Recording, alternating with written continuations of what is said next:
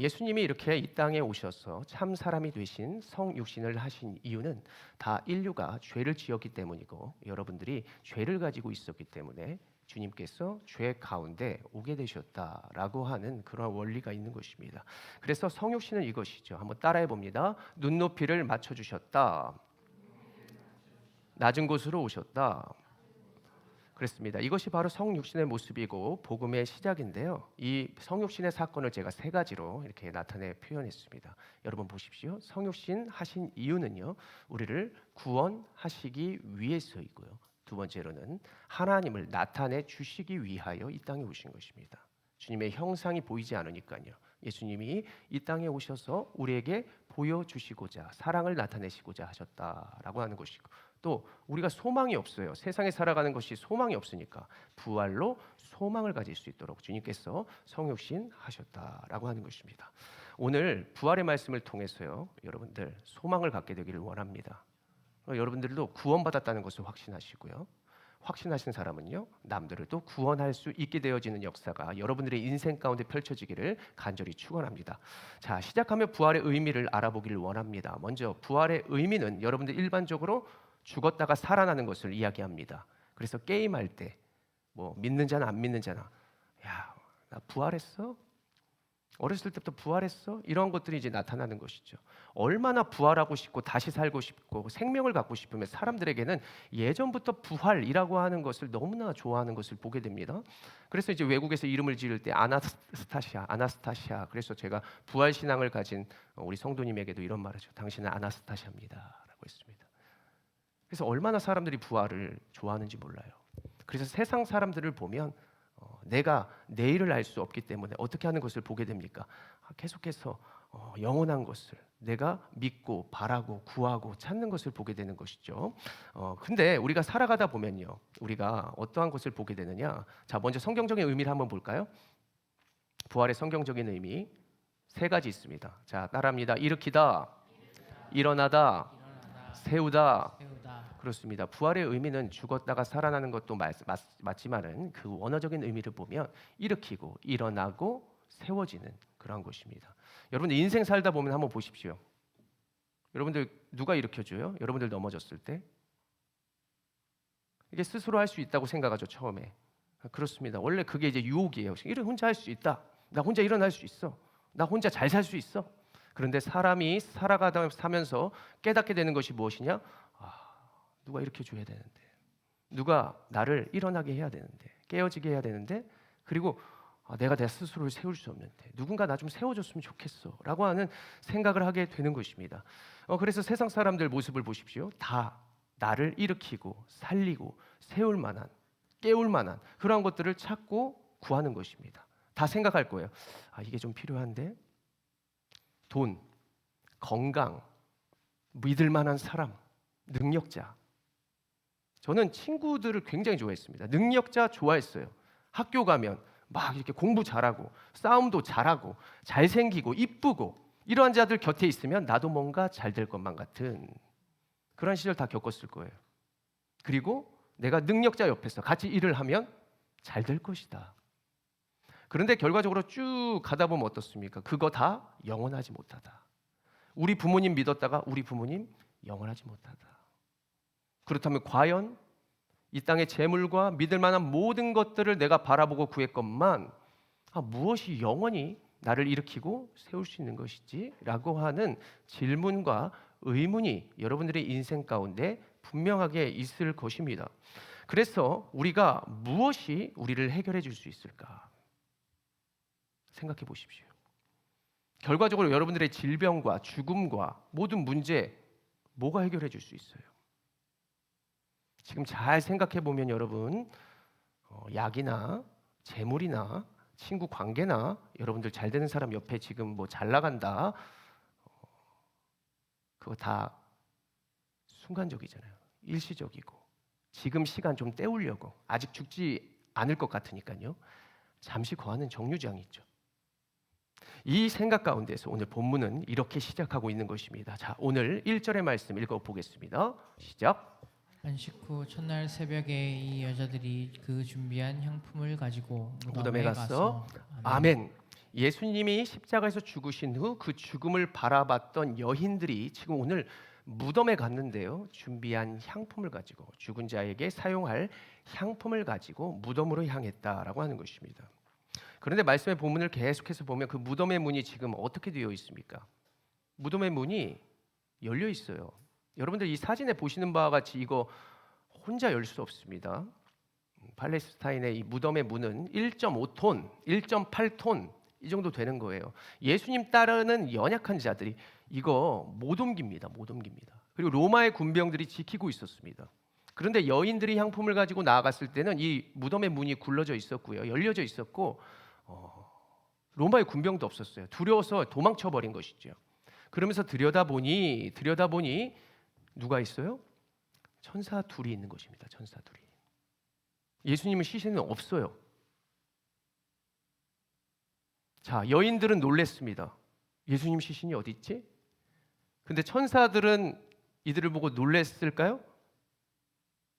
자, 오늘 말씀 한번 읽어볼까요? 누가복음 24장 5절의 말씀 천사가 하는 얘기입니다. 읽겠습니다. 시작.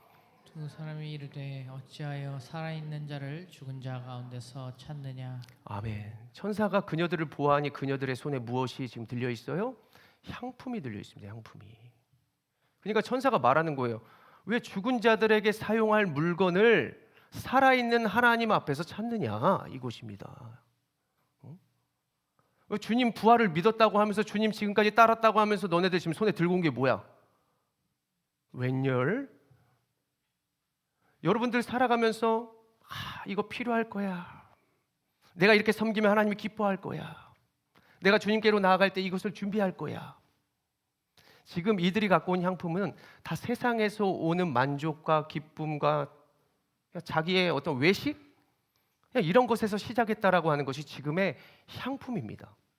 분명히 주님은 살아나실 거라고 약속하셨고 주님은 계속해서 살아있는 영생에 대해서 자신에 대해 말했는데 지금 그녀들이 갖고 온 게 뭐냐? 세상의 방법, 죽은 자에게 사용할 물건. 오늘 천사들이 말하는 것은 죽은 자 가운데서 왜 세상 한복판에서 너가 예수님을 찾고 있느냐라고 하는 것입니다.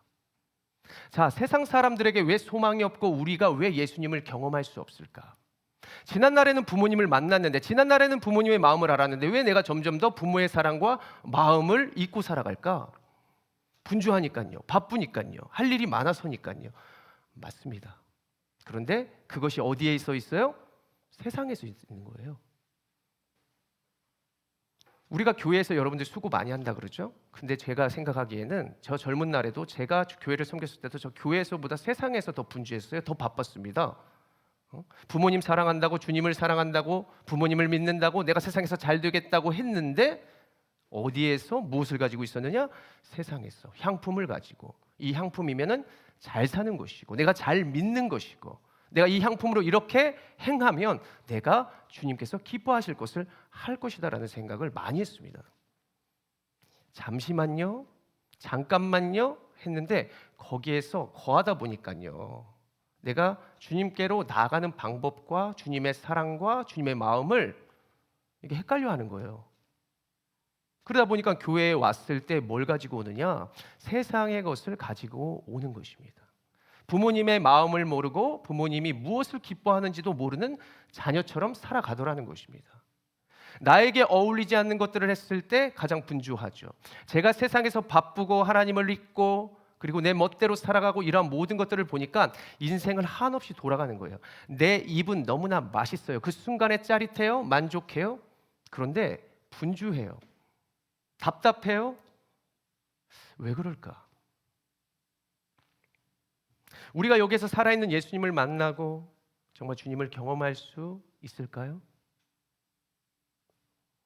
그래서 저를 한번 따라해 봅니다. 우리가 예수님을 만나려면 영원한 곳에서 찾아야 한다. 그렇습니다. 영원하지 않는 것에서 주님을 찾을 수가 없습니다. 주님을 만날 수 없어요. 이 말은 냉정하게 말해서 여러분들이 살아가는 물질만능주의, 소비주의, 쾌락주의 이런 세상이 추구하고 즐기는 모습에서는 예수님의 능력을 경험할 수 없다는 것입니다. 그래서 천사들은 여인들에게 이렇게 말을 하는 것입니다. 누가복음 24장 6절의 말씀이요. 같이 읽어봅니다. 시작. 여기 계시지 않고 살아나셨느니라. 갈릴리에 계실 때에 너희에게 어떻게 말씀하셨는지를 기억하라. 아멘. 너희에게 지난날에 주님이 어떻게 말씀하셨는지를 기억하라. 부모님이 그러셨어요. 지난날에 친구 잘 사귀어라. 밥을 챙겨 먹어라. 예수 잘 믿어라. 여러 가지의 말을 기억하라. 주님께서는 제자들과 여인들에게 어떠한 말을 지난날에 하셨을까요? 주님은 복음을 말씀하여 주실 때 비유와 표적 그리고 자신의 행동을 통해서 복음을 말씀해 주셨는데요. 먼저는 비유로 어떠한 비유를 드셨습니까? 빛과 소금, 어둠과 등불, 그리고 좁은 문, 이른 양, 높은 자리, 낮은 자리, 깨어있는 종, 깨어있지 않는 종, 그리고 아버지와 아들, 포도나무와 가지. 이 모든 것이 무엇이냐면 오직 주님께 있어야 된다는 것이죠. 세상에서 반대되는 자리, 그 자리에서 원하는 것은 무엇이다? 순종이다. 모든 비유가 세상이 생각하는 기준에서 반대되는 곳에서의 순종이 이 복음적인 비유였습니다. 또한 주님께서는 요한복음에 여러 가지의 표적을 보여주셨는데 표적은 무엇입니까? 물이 변하여 포도주가 되고 고치시고 살리시고 먹이시고 입히시고 못 본 자를 보게 하시고 앉은 자를 일으키시고 무리를 걸으시고 죽은 자를 살리시고 안 되는 것이 가능하다는 것을 보여준 것입니다. 주님이 안 되는 자리에서 가능하다라고 하는 것을 보여주신 것이 복음이다 라고 하는 표적이셨습니다. 그래서 결국 천사의 이러한 기억하라 라고 하는 그 돌아봄과 또 그들의 잠잠한 고민 속에서 주님께서 지난날에 하셨던 복음적인 그분의 모습적인 그분의 표적을 그녀들이 기억하게 되면서 오늘 이러한 말씀을 깨닫게 되는 것이죠. 누가복음 24장 7절의 말씀입니다. 읽겠습니다. 시작. 이르시기를 인자가 죄인의 손에 넘겨져 십자가에 못 박히고 제3일에 다시 살아나야 하리라 하셨느니라 한데. 아멘. 예수님이 우리 때문에 죽으시고 우리 때문에 다시 살아나신 줄로 믿으시기를 바랍니다.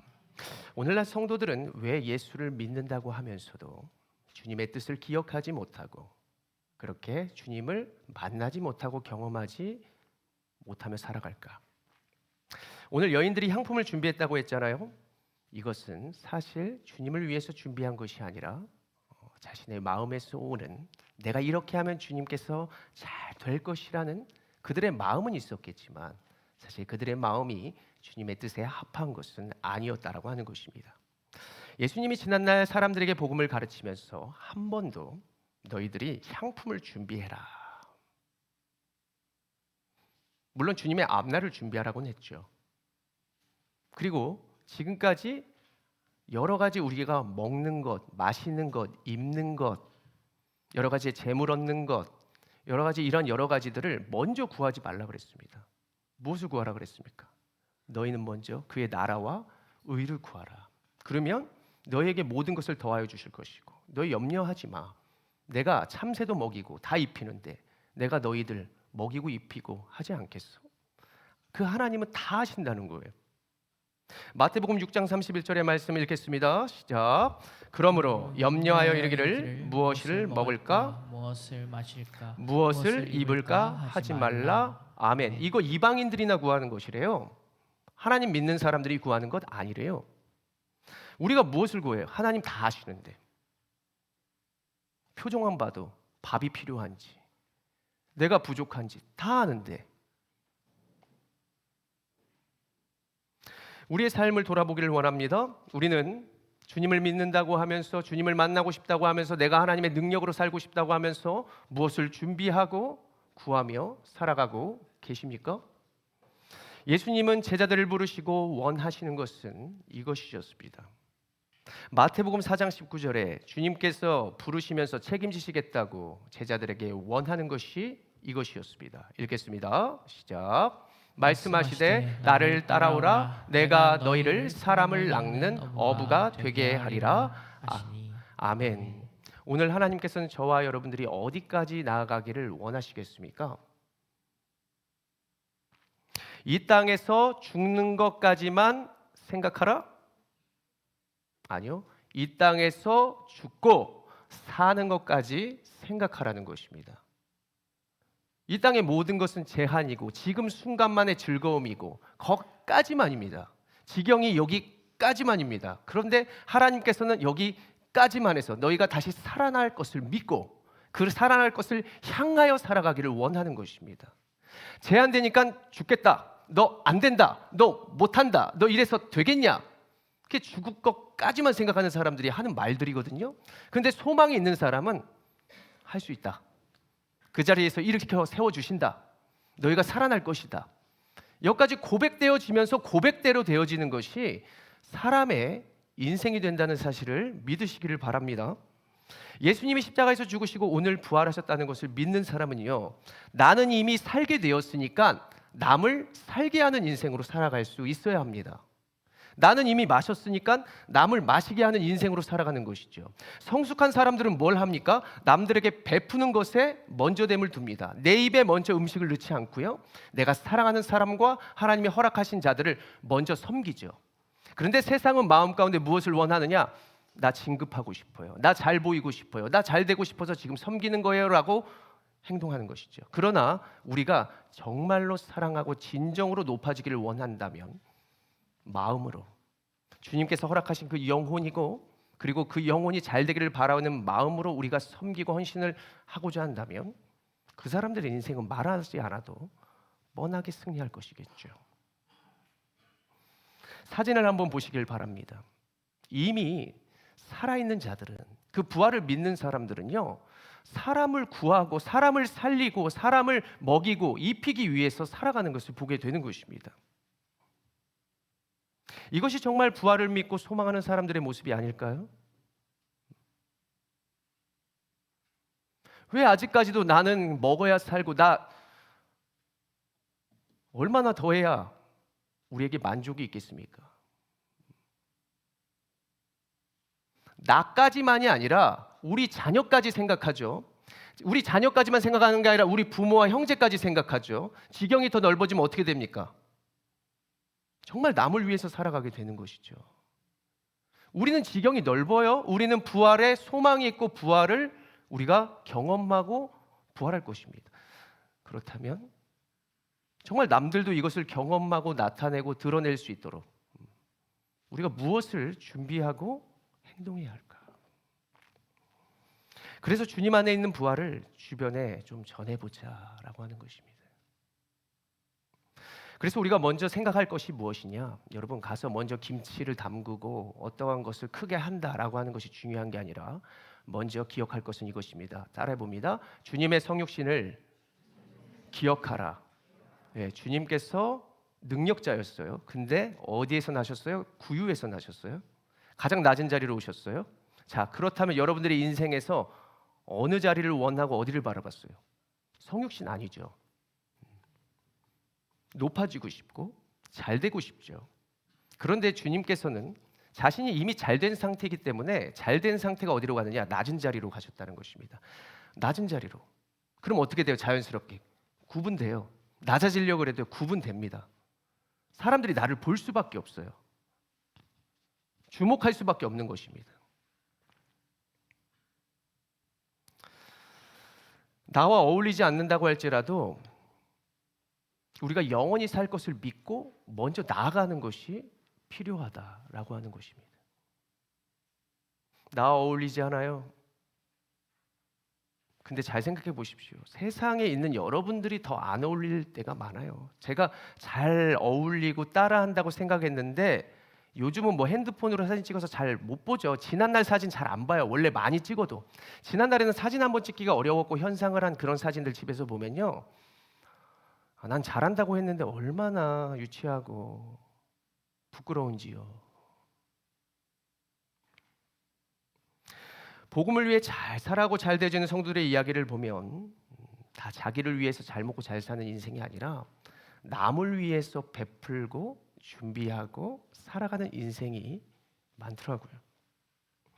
그는 자신을 넘어서서 자녀에게, 그 분량에서 넘어서서 이제는 가정 모두에게, 더 넘어서서 교회에게, 교회에게서 이 세상에게, 직장에게 이것의 확장성을 보여주면서 주님의 복음을 노래하더라는 것입니다. 우리 사람은요, 걱정하지 않아도 돼요. 무엇을 걱정하지 않아도 되느냐? 여러분들의 먹을 것과 여러분들의 필요할 것을 걱정하지 마시기 바랍니다. 왜요? 생각보다 여러분들 되게 이기적이에요. 다시 말해서 보호 본능이 있다는 것입니다. 아이들이 태어났을 때부터 젖을 빨려고 막 울죠? 젖 물죠? 먹을 것 찾죠? 사람은요, 아무리 성육신하고 베풀려고 해도 다 자기 살 길을 찾을 거라는 것입니다.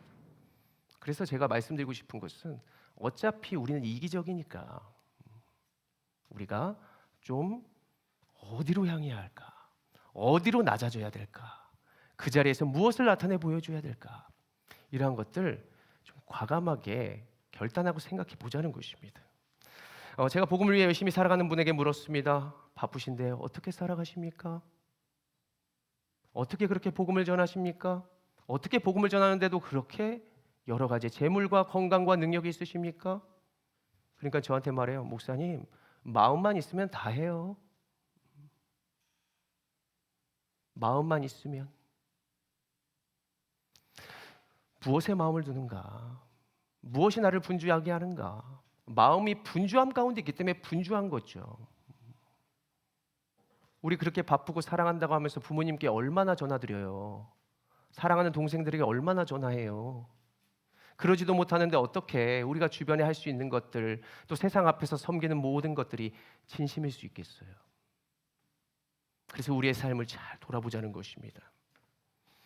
우리가 주님께로 이제 마음을 좀 크게 먹었으면 좋겠습니다. 세상에게로 많은 것을 먹으려고 입을 크게 여는 게 아니라 주님께로 크게 열자. 자, 이 마음으로 말씀 한 구절 읽어봅니다. 마태복음 6장 21절의 말씀인데요. 읽겠습니다. 시작. 6장 21절 시작. 내 보물이 있는 그곳에는 내 마음도 있느니라. 아멘. 보물은 세상에 있는 것이 아니라 오직 주 안에 있는 줄로 믿으시기를 바랍니다. 초대교회나 옛날의 믿음의 선조들을 보면 그들 지금보다 더 어렵고 힘들었는데 무엇을 했어요? 나누고 베풀었습니다. 그렇죠? 사랑할 수 없는 자를 사랑했습니다. 콩 한 쪽도 나눠 먹었어요. 먹을 게 없어요?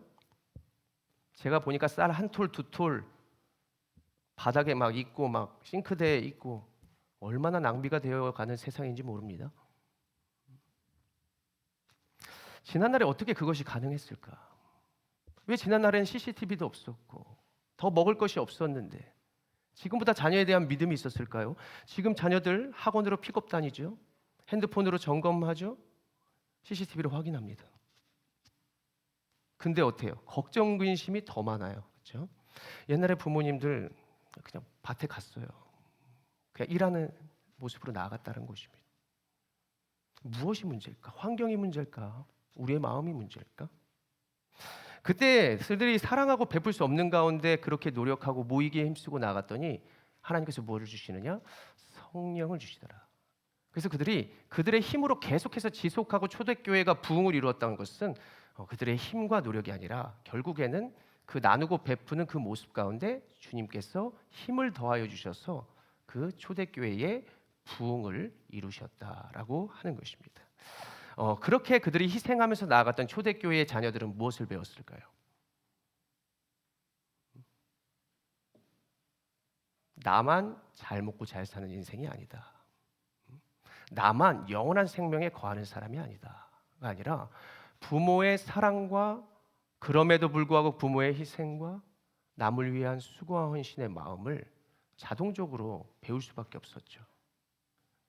부모들은 가르칠 능력이 없어요. 그냥 몸소 보여줬을 뿐이에요. 그러니까 나만을 위한 삶이 아니라 나는 믿음의 사람이니까 남을 믿게 하고 도와주고 살려주는 사람이 되어야 되겠구나.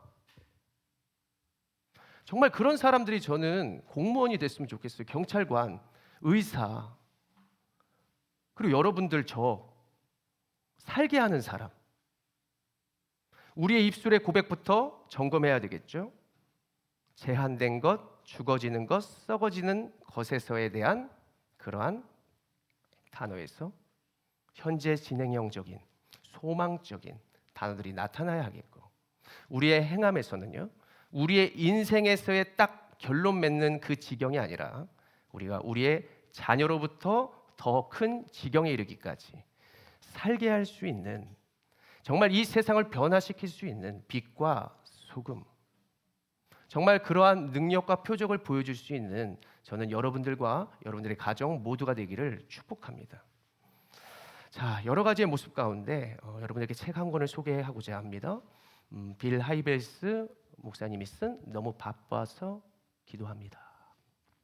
이 책의 모든 것에 요약을 해보면, 하나님의 주권을 믿는다면, 여러분들이 하나님의 주권을 믿는다면 가장 바빠도 내가 먼저 하나님께 매달려야 한다라고 하는 것입니다. 하나님의 주권 믿는다면 살아보십시오. 내일 인생 어떻게 될지 모르잖아요. 그렇죠? 그런데 돈에게 우리가 내 목숨을 맡깁니까? 아니죠. 저는 예전에 의사 선생님이 아버지 수술하고 제 누구 지인을 수술했을 때도 제 몸을 맡길 때도 거기까지밖에 못했어요. 의사 선생님 제발 부탁합니다. 근데 제가 지난날 고백했죠. 저희 아버지가 정말 큰 수술을 남겨두고 이제 수술하는 의사를 만났어요. 의사가 그냥 제 나이쯤 돼 보였어요. 지난날에 10여 년 전에 제 나이처럼 보였다는 거예요. 근데 제가 이렇게 한 브랜드를 말해도 될지 모르지만 그 슬리퍼를 막 싹싹 끌고 자다 일어난 지 얼마 안 되고 옷을 이렇게 입고 뭐 이렇게 하시고요. 뭐 이렇게 돌아가실 수 있고 뭐 이렇게 사인해 주시고 어쩌고 저쩌고. 제가 어떻게 했겠어요? 그 사람을 보고 믿음을 가졌을까요? 그분 위에 계신 하나님을 바라보면서 90도로 인사했습니다. 정말 뭐 같지도 않았고요. 정말 믿을 수도 없는 그런 사람이 제일 유명한 S대학교 의과대학 그런 사람이 수술한대요. 못 믿었어요. 못 믿어요. 그런데 하나님께서 지난날의 그 말씀을 기억하게 하여 주심으로 내가 너와 함께하고 내가 그것 위에 있다. 그래서 제가 90도로 인사하면서 저희 아버지를 잘 부탁드립니다. 주님께 고백하듯이. 제가 이렇게 주님께 매달리자, 기도하자, 나아가자라고 해도요, 이러한 질문을 하는 사람이 있을 것 같아요. 목사님, 저 진짜 바빠요. 나 진짜 아파요. 나 진짜 힘들어서 주님 경험할 시간도 없어요. 요한복음 11장을 보면 나사로라고 하는 가정이 나타납니다. 그 가정은 예수님이랑 정말 친했고 잘 따랐고 잘 믿었어요. 그 나사로에게는 2명의 여동생이 있었는데 마르다와 마리아가 있었습니다. 근데 그 예수님을 잘 믿고 따르는 가정에도 문제가 생겼어요. 오빠 나사로가 병에 든 것입니다. 그러니 마르다가 예수님께 나아가는 거죠. 예수님, 오빠 나사로가 지금 심각한 병에 걸려서 죽어가고 있습니다. 근데 예수님이 우리 관계에서 내가 빨리 가서 고쳐줘야지, 이게 아니라 다른 사람을 돌보느랴 바로 섣불리 움직이지 않는 거예요. 여러분들의 장례식이나, 여러분들이라고 하면 좀 그렇지만 여러분들의 지금 심각한 상황이나 여러분들의 친지에 이런 장례가 났는데 정말 친밀하고 내가 믿었던 그 사람이 오지 않았다? 이것도 되게 섭섭한 일인데, 정말 그 능력을 가지고 회복을 시킨다는 것을 보여주신 예수님이 곧바로 오질 않고 다른 사람에게 신경을 써요. 정말 소외되고 나랑 상관없고 주님을 사랑하지도 않고 믿지 않는 사람들을 주님이 신경 쓰더라는 거예요. 그렇게 지체하는 동안 어떻게 됐어요? 오빠 나사로가 죽었습니다. 썩어서 냄새 나고요. 이제 무덤에 갇혔어요. 그렇게 비통하는 그들 앞에 주님은 한참 후에나 나타나는 것입니다. 그러면서 죽은 자야 일어나라, 이렇게 탁 한 게 아니라 무엇을 하시냐면은 마르다와 그 가정에게 원하는 바가 있었습니다. 자, 말씀 한번 읽어볼까요? 요한복음 11장 25절 26절 읽겠습니다. 시작. 예수께서 이르시되 나는 부활이요 생명이니 나를 믿는 자는 죽어도 살겠고 무릇 살아서 나를 믿는 자는 영원히 죽지 아니하리니 이것을 네가 믿느냐? 아멘. 너 부활 생명 믿냐? 너 나를 믿냐? 너 영원히 앞으로 죽지 않는 거 믿어? 이거를 먼저 요구했다는 거예요. 그래서 여러분들의 그 문제와 여러분들의 상황 안 된다라고 했을 때 먼저 하나님께서 원하시는 것이 무엇일까? 너 진짜 믿냐? 너 진짜 영원히 사는 것 같은 사람처럼 사냐? 이것을 입술로 고백하는 것을 원하고 이것을 고백하고 고백되어질 때 어떠한 일이 벌어지나요? 바로 나사로가 살아난다는 표적을 그 가족만 보는 것이 아니라 그 모든 무리가 저 사람 통해서 표적이 나타나는구나, 능력이 나타나는구나, 저 사람 대단하구나. 아까 전까지는 아이고 예수님이 너 배신했어, 정말 불쌍한 가정이야, 그 예수 믿더니 잘못됐구나. 그런데 이렇게 되는 거구나, 이렇게 능력을 보여주시려고 그랬구나, 이렇게 됐다는 것입니다. 자, 여러분들 너무 바빠서 안 돼요? 너무 힘들어서 지금 저 이 상황 안 돼요? 주님이 그 상황을 왜 주셨을까? 우리의 믿음의 고백을 듣고 싶고 여러분들이 소외되고 좀 낮은 곳으로 한 걸음 나아가기를 원하시는 그런 하나님의 마음이 있지 않을까 생각해 보길 원합니다. 이제는 여러분들의 복음이 모든 믿는 자에게 능력이 되기를 원하는데요. 로마서 1장 17절의 말씀을 읽으며 여러분들의 인생 되어지기를 원합니다. 읽겠습니다. 시작. 복음에는 하나님의 의가 나타나서 믿음으로 믿음에 이르게 하나니 기록된 바 오직 의인은 믿음으로 말미암아 살리라 함과 같으니라. 아멘. 부활을 믿는 여러분, 여러분들을 통해서 정말 주님 살아 있네, 그렇게 고백되어질 수 있는 그러한 능력이 여러분들이 있기를 소망합니다. 지금 자리에서 할 것은 여러분들 잘난 자리에서의 더 구분되려고 높아지는 게 아니라 여러분들이 가진 은혜와 가진 것을 가지고 한 걸음 내려가는 것이에요. 너무 높게 잡지 마시고 내려가면 주님께서 할 말을 주시고 할 바를 보여주시고 어떻게 걸어야 하는지를 알게 하시고 그러면서 여러분들의 가진 것을 나누게 할 것입니다. 그리고요, 그 모습을요 여러분들의 자녀들이 배울 거예요. 주님이 높여주시면 이렇게 하는 것이구나, 내 외모와 능력으로 이렇게 안 되는 곳을 되게 하는 것이구나, 안 되는 것이 되게 하는 것이 복음인 줄로 기억하시길 바랍니다. 그 안 되는 거 되게 하려고 안 되는 거 주신 거예요. 안 되는 거. 그때 뭘 하느냐? 믿음의 고백. 나 살아 있습니다. 나 살아날 것입니다. 할 수 있습니다. 이 세상에 제한된 향품이 아니라, 내가 준비한 향품이 아니라 하나님께서 준비하신 부활 소망과 능력이 나에게 허락된다라고 한다는 사실을 믿으면서 저와 여러분이요, 가정과 정말 안 되는 자리, 안 되는 교회, 교회에서 안 되어가고 남들이 없는 곳, 그곳을 향하여 나아가 빛과 소금과 하나님의 능력을 나타내 보여주시는 모든 자들 되시기를 소원합니다. 기도하겠습니다.